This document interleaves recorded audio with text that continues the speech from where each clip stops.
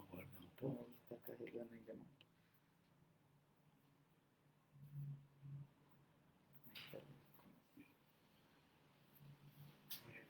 Bom dia a todas as pessoas que nos estão acompanhando. Desejo que tenham um bom dia, que todos estejam bem. E vamos tentar refletir um pouco, conversar um pouquinho. Saudações a todos quantos. E tomara que todos estejamos com saúde e com confiança. A pandemia está com contradições. Ora diz que está parando, ora dizem que vai estar crescendo, há risco de voltar, então a gente fica confusa. Só uma observação eu faço. A estatística que está sendo divulgada é de números. Então, é uma atitude fria. É só calcular números e não tem sentimentos. Agora, a realidade, se são 1000, ou se são 500, ou que sejam 100, não é importante para cada um de nós o número daqueles que são infectados, e muito menos o número daqueles que morrem. Porque nem todos aqueles que dizem que morreram nesses dias, morreram com essa doença. Morreram também por outras doenças. Mas a sociedade aí, as autoridades, colocam tudo numa única panela. Porque fazem um cálculo frio, estatístico. Então, não atinge a pessoa individual. Porque a estatística não pega o sentimento que as pessoas têm. A realidade de cada um de nós, quando acontece, é bem diferente da estatística. Porque cada um de nós pode sofrer a perda de um amigo, de um familiar. É diferente dizer, ontem morreram 1100. É diferente, mas morreu o meu amigo fulano de tal. Aquele único cria para cada um de nós mais comoção do que um número grande. Morreu o meu pai. Mas um só. Mas é o meu pai. O meu filho. Ou o meu irmão.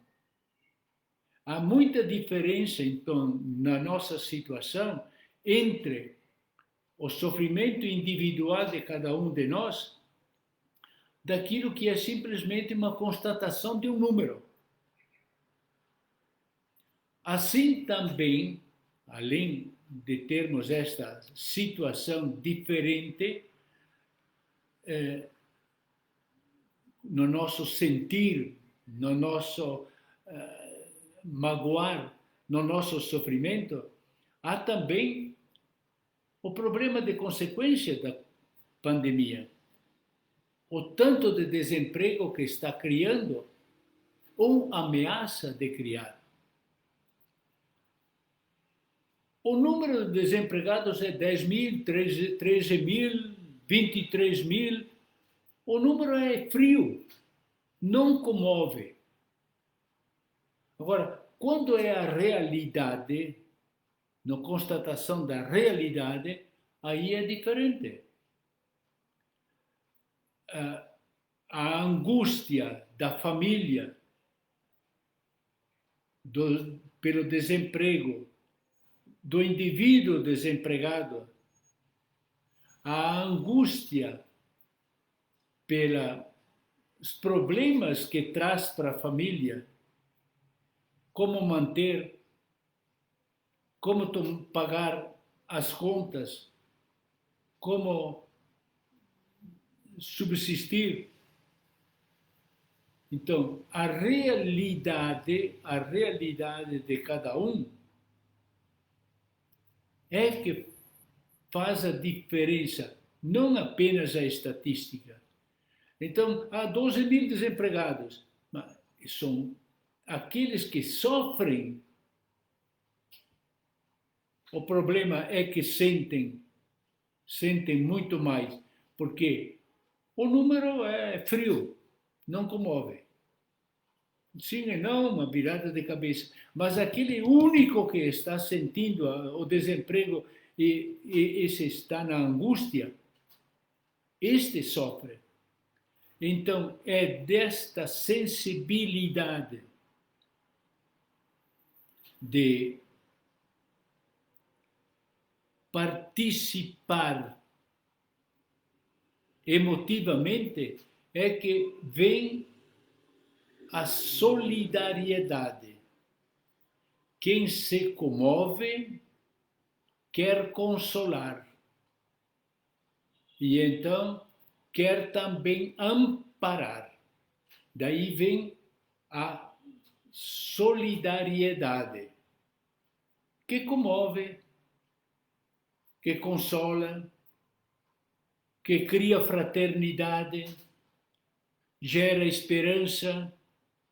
Esta solidariedade nasceu muito com os dias, os 3 meses em que estamos padecendo.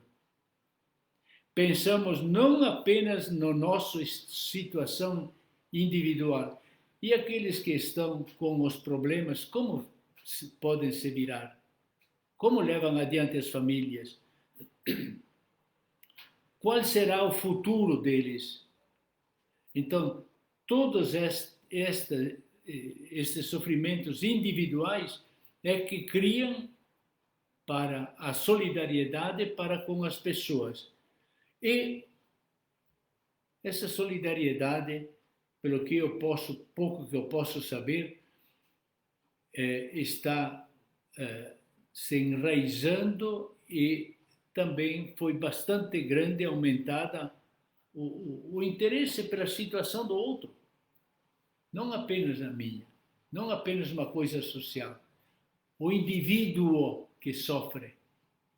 Então, essa solidariedade que parte da nossa sinceridade do amor ao próximo. Então, da nossa fé em Deus e amar e o amor ao próximo. Então, nasce também daquela confiança, fé, na providência de Deus. Então, também os nossos sentimentos vão crescendo. Em qualquer situação em que há dificuldades comunitárias, nasce também esta confiança, porque vemos no próximo a fraternidade, o irmão. Por quê? Confiamos em Deus que ajude a melhorar. E isto é de muito tempo que acontece. Eu posso pegar o testemunho de São Paulo, que viveu na tribulação, mas confiante no conforto que vem da providência de Deus e da amizade. E eu me permito de ler o testemunho de São Paulo, que nos é trazido na segunda carta aos Coríntios. Ele, padecendo, também fala. Diz, é somente pela conversão ao Senhor que o véu cai, que a gente vai perceber a sinceridade, a solidariedade. Pois o Senhor é Espírito, e onde se acha o Espírito do Senhor, aí está a liberdade. Aquela liberdade que vem da solidariedade, daquela alegria ou aquele conforto que vem de quem está sofrendo e é amparado. Continua São Paulo. E nós todos, que com a face descoberta refletimos, como num espelho, a glória do Senhor, somos transfigurados nesta mesma imagem, cada vez que resplandecente pela ação do Senhor, que é Espírito. Deus coloca dentro de nós esta caridade, esta solidariedade, que nos transforma também em pessoas muito mais sensíveis. E no capítulo 4,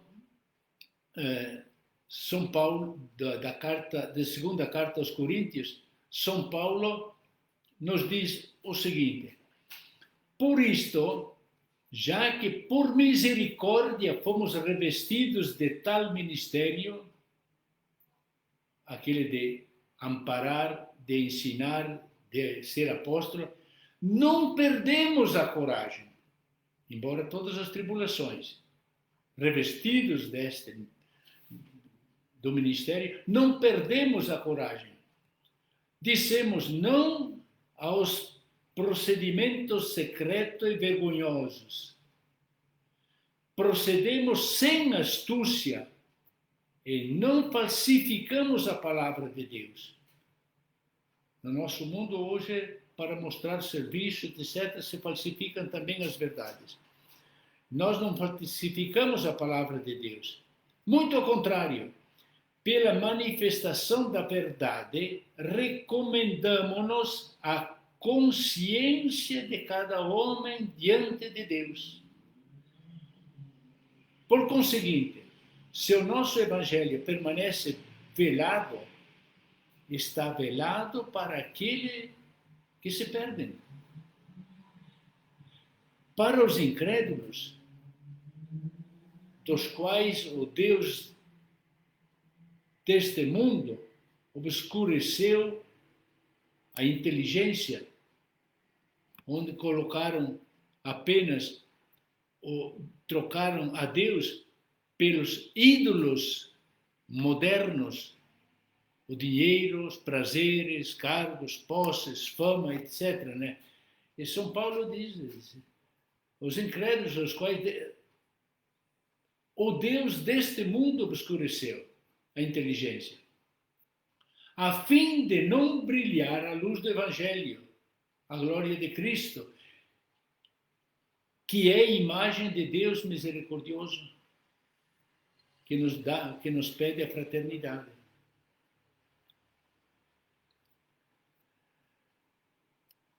Não pregamos a nós mesmos, mas a Jesus Cristo, Senhor.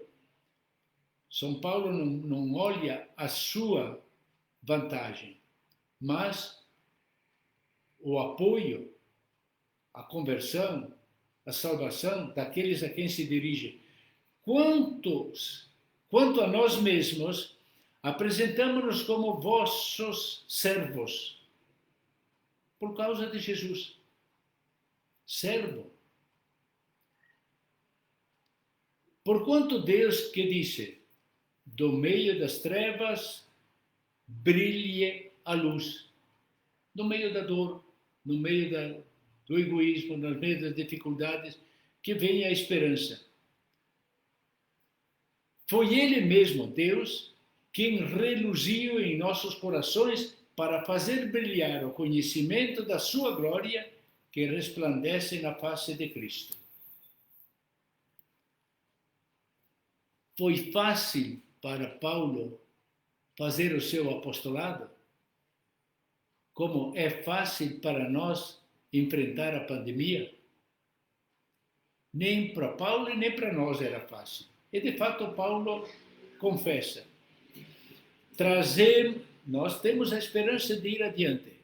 Trazemos, porém, este tesouro em vasos de argila, a fragilidade humana, para que este incomparável poder de Deus,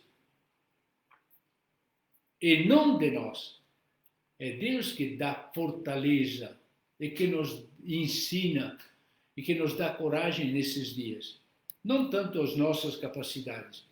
Somos atribulados por todos os lados, mas não esmagados, não perdemos a confiança. Posto em extrema dificuldade, mas não vencido pelos impasses. Temos os problemas, mas não estamos aniquilados. Perseguidos, mas não abandonados. Prostrados por terra, mas não aniquilados. Palavra de São Paulo.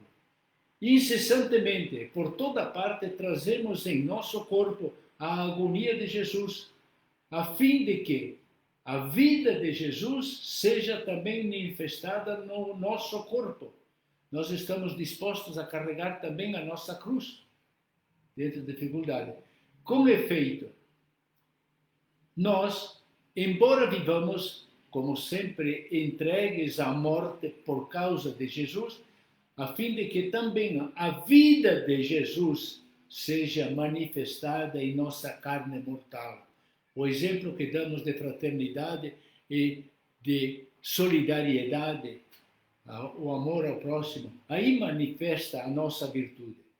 Assim a morte trabalha em nós, porém a vida continua em nós.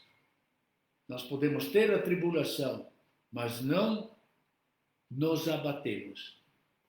Por conseguinte, diz Paulo, tendo o mesmo espírito de fé, a respeito do qual está escrito, acreditei, por isto falei, nós cremos também e por isto falamos. Nós acreditamos na possibilidade de melhorar, por isso que somos solidários. Por isso sabemos que aquele que ressuscitou o Senhor Jesus, ressuscitará também a nós com Jesus e nos colocará ao lado dele, juntamente convosco. E tudo isto se realiza em vosso favor, para que a graça, multiplicando-se entre muitos, faça transbordar a ação da graça, de graças para a glória de Deus. E nós vamos agradecer a força e a capacidade de ter conseguido enfrentar e vencer a dificuldade, com aquela esperança e a certeza que mesmo que aqui nós passamos dificuldades, nós depois, de São Paulo, não nos deixamos abater. Pelo contrário, nós, diante do homem exterior, aquele mundano, que vai caminhando para a ruína, vamos morrer todos, o homem interior, aquele que tem essa esperança e esta fé, essa solidariedade, se renova de dia para dia. Porque nós sabemos que a nossa tribulação depois terá a recompensa no céu. Estas são a recomendação e as palavras que nos vêm de São Paulo. E colocando nas palavras de Jesus e nas quais São Paulo se fundamenta e que nós lemos nas celebrações uns dias atrás, é a palavra de Jesus, que vendo as multidões cansadas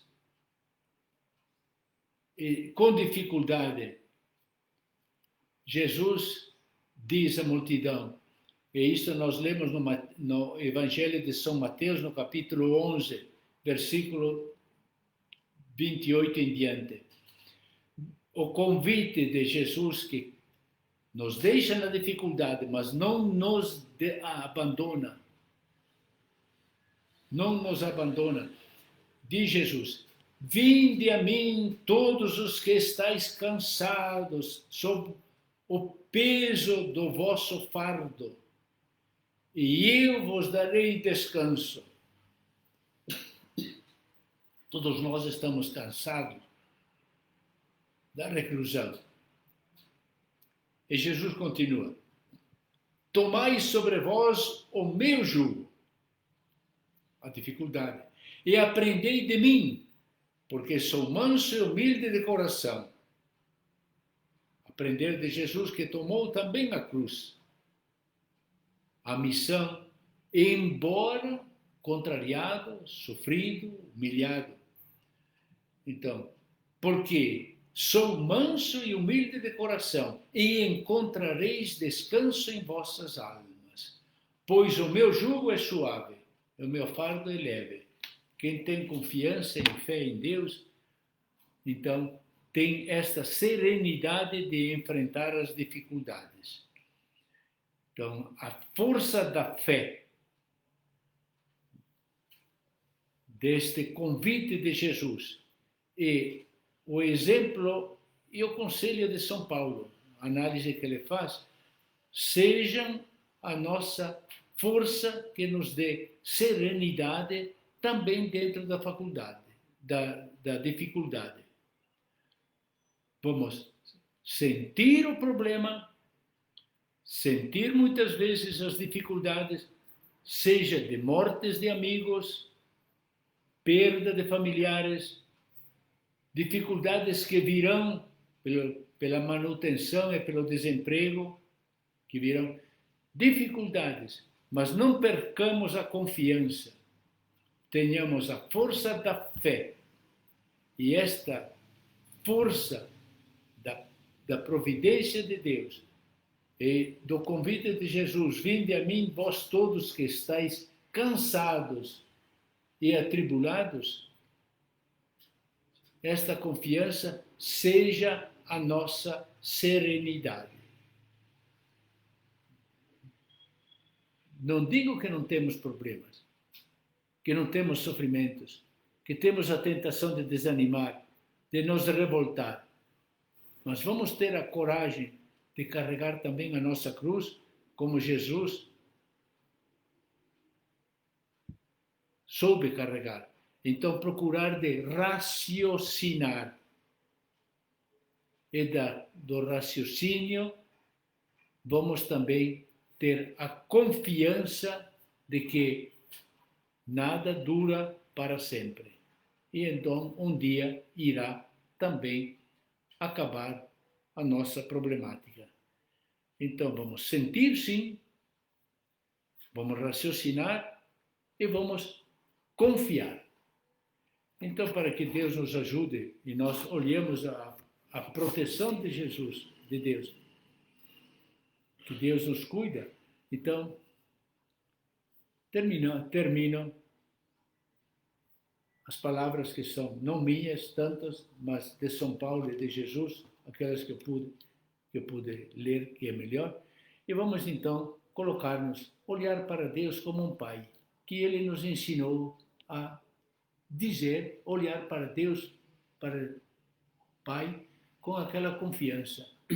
Então terminamos rezando: Pai nosso, que estais no céu, santificado seja o vosso nome. Venha a nós o vosso reino. Seja feita a vossa vontade, na terra como no céu. Solidariedade, o pão nosso de cada dia dai-nos hoje. Perdoai os nossos pecados, assim como nós perdoamos os nossos irmãos. E não nos deixes cair no desânimo, no mal, na revolta. Livra-nos do mal. Amém. Invocamos também a Mãe de Jesus, padroeira da nossa paróquia, da nossa igreja, que também passou por dificuldades e superou, que ela também nos ajude, nos dê força. Ave Maria, cheia de graça, o Senhor é convosco. Bendita sois vós entre as mulheres, e bendito é o fruto do vosso ventre, Jesus. Santa Maria, Mãe de Deus, rogai por nós, pecadores, agora e na hora de nossa morte. Amém. Que Deus, então, nos ajude, todos tenham a coragem, a serenidade e sejamos capazes de carregar também a nossa cruz que temos no nosso tempo. E abençoe-vos, ó Deus, em nome da bem-aventurada Virgem Maria, abençoe-vos em nome do Pai, do Filho e do Espírito Santo. Amém.